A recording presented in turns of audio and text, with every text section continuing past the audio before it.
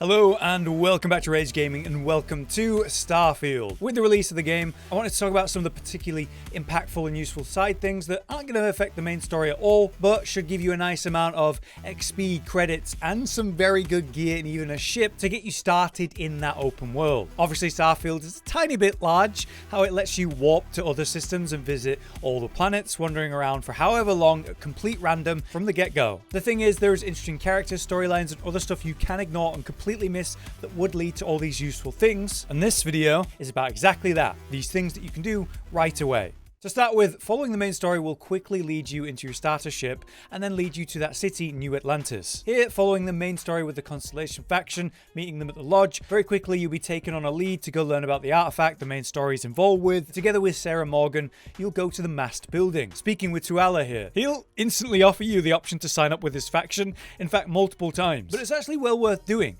Maybe you'll only just begin joining with them and never actually follow through on that, but the initial quests are worth it. It's put here deliberately. The quest that follows, Supra et Ultra, gives you very simple context to the history of Starfield and the settled system. This provides you all the context you can need without tons of dialogue or conversations to actually understand what everyone's referring to all the time in the main story. The quest basically gives you simple context to the history of Starfield's settled systems. Without doing this, you'd have to piece it together yourself through all the references, but it's definitely going to be a lot more enjoyable if you know sort of the baseline through this short introduction that you can easily miss. The starter quest just has you complete a short piloting simulation. It takes no time at all. And then going back up to Tuala just to confirm things, and that's that. He'll even give you the advance. By doing the first couple of quests, keeping the peace, and Supra et Ultra, you'll net some easy credits and some nice XP, which is good in this early game. Keeping the peace comes from Sergeant Yumi though, which like a lot of things when you're in a town, will pop up as an activity by passing by NPCs, in this case some of the UC Vanguards. Yumi is found in the security building right by the spaceport though, and the quest has us go to the defense research section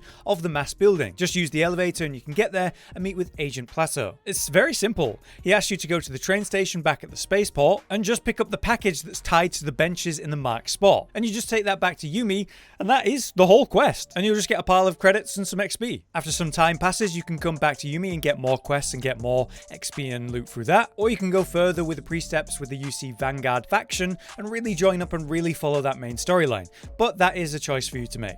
Speaking on context though, there's another side to New Atlantis and the universe at large, which is the science side of all of it. This is tied to the A Tree Grows side quests, next to the giant tree that is quite next to the lodge entrance. You'll need to speak with this guy, Kelton Frush, to start the quest. It's another good quest line to do early because it's entirely conversational, just some easy XP and even more credits without any risks. However, it is a good idea to have at least a level or levels into persuasion, that skill, to progress the quest line overall smoother, but it's up to you. You can also use things like stealth and stealing to progress otherwise. There's more than just the first quest here though. It follows on to the quests Late Bloomer and Out on a Limb, and it's tied to the politics and current community of Atlantis, giving you important context that kind of gives you the baseline of the world. In short though, there's something wrong with the tree that Kelton is investigating, and something bad is starting to happen. Since the quest is fast, interesting, and worth knowing about, it's easy XP and credits that you can net yourself without ever having to fight anyone. Finally, for New Atlantis, there's one more quest line I want to recommend. In this case,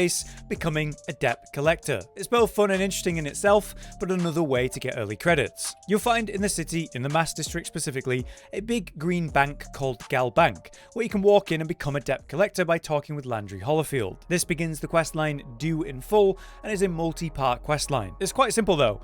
At each stage you'll be given a target to go find and speak with, and you'll have to persuade them to pay their debts, in a non-lethal way in some cases, and lethal in others. Again, having levels in persuasion will come in handy here, and is a theme throughout all of Starfield, you'll find. The targets are found in a variety of places though, so you'll need to use your ships to go to the planets or moons to find these people, while also trying to follow the requirements of the quest. If you do that, you might get yourself some bonus credits, such as when they ask you to not use force, and you don't. But be warned, if you do go against the request, you can be barred for future debt collecting missions, so that's up to you. But depending on your progress in the game, you might also have to jump from system to system using your ship to then actually finally reach the place you're going to. So just be aware of that mechanic. Either way, collect the depths from the various targets. There should be roughly 5 or 6 of these quests to do that all lead to XP and credits for your troubles. They're easy, lower level quests and are a great way to push your early levels easily. Next up, if you're looking to steal items and smuggle goods, you're definitely going to want ship parts that are suited to the task. You see, when you approach a planet that has a settlement, you're immediately scanned for stolen goods. But if you have these shields around your cargo, you can bypass those scans and land on the planet and go sell your stolen stuff for honestly incredibly high credits. There's a few ways to get your hands on those right ship parts, such as joining the literal space pirates yourself, but if you don't want to go through that process, there's another way to do it by buying them. This is right next to the Run the Red Mile questline, which is worth doing as well for the loot and the rewards. To do that, we'd need to speak with May within the Red Mile, found on Porima 3 in the Porima system. By landing at the Red Mile, you can go in and speak with May and agree to run the Red Mile. There's a bit of combat here, but you can completely avoid it. All we really need to do is make our way into the Red Mile and go to the tower at the other end. You'll be dealing with lots of enemies called maulers, but the thing is you can just run straight to the target, run past the enemies, use your jetpack, avoid the fighting entirely. But while you're going, do try to loot all of the people that tried this challenge and failed before you,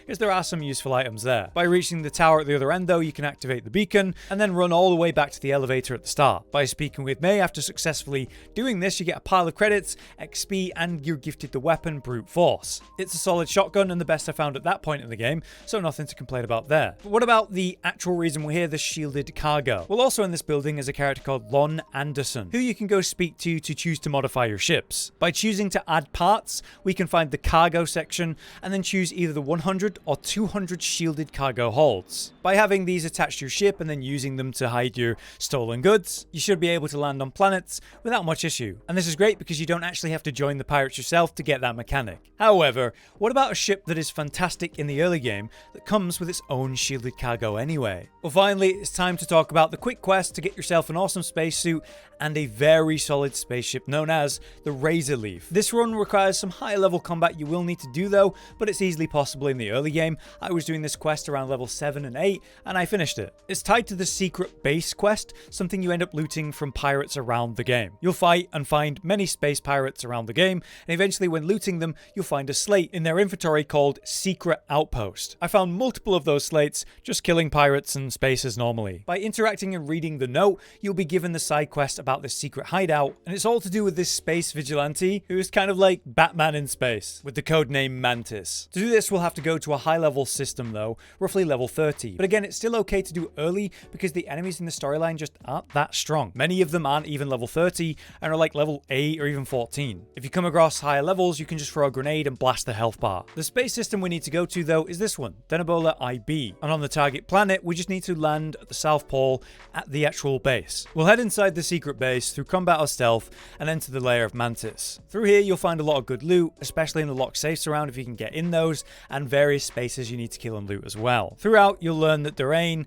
the former Mantis, is basically trying to pass the title to her son, who unfortunately didn't quite make it in the attempt. Down here, you'll also meet Livy, who's a spacer you can actually talk to and learn about the puzzle in this place. You can work with him, share some of the loot, or just kill him, but basically beyond him is a trapped corridor that you need to step on the correct letters on the ground to pass. There's notes around here that actually tell you the solution, but for the sake of the video, I'm going to tell you. You want to walk on the letters, progressing forward after each letter you step on. It'll be T, Y, R, A, N-N-I-S, spelling out the word Tyrannus. And eventually you'll end up on the other end of the corridor, having solved it. Then there's just a couple more final corridors. We'll have to destroy some robots and sentries and reach the final true Mantis layer with the ship and all the loot. There's a storage room on the left when you enter here that has the Mantis suit on a mannequin, so you can take that and just get the full legendary Mantis suit yourself. There's also other storage and useful items around here to loot, but to get the ship you'll need to go to the actual platform where it is and use the elevator to raise it up to the surface. From there you can go back to the surface, jump in the pilot seat, get flying, and this will become your home ship. And with that, you not only have a cool looking strong spacesuit, but also a very solid early ship with a cool theme to it. But there you have it, 5 main storylines and quest lines to interact with, begin, and follow along on your own path. With these, you'll be able to smuggle valuable items in your new awesome ship, equipped with the cool new spacesuit and some different weapons, and the context and story of what's actually going on in Starfield and the factions. If you guys have found any other side stuff that's easy to do in the early game with good rewards, maybe drop it in the comments, you could help someone. For now though, I've been Hollow, you've been you, thank you for watching, and we'll see you next time. Josh, Cotton, and Hollow with the videos, dropping the humor like a hammer on your tippy toes, bringing entertainment on a daily arrangement to take our insanity and turn it into entertainment. Yes, I said entertainment twice. to reiterate that it is nice to look into your faces on a mostly daily basis when you let us in your homes to make the whole world a stage is, goodbye.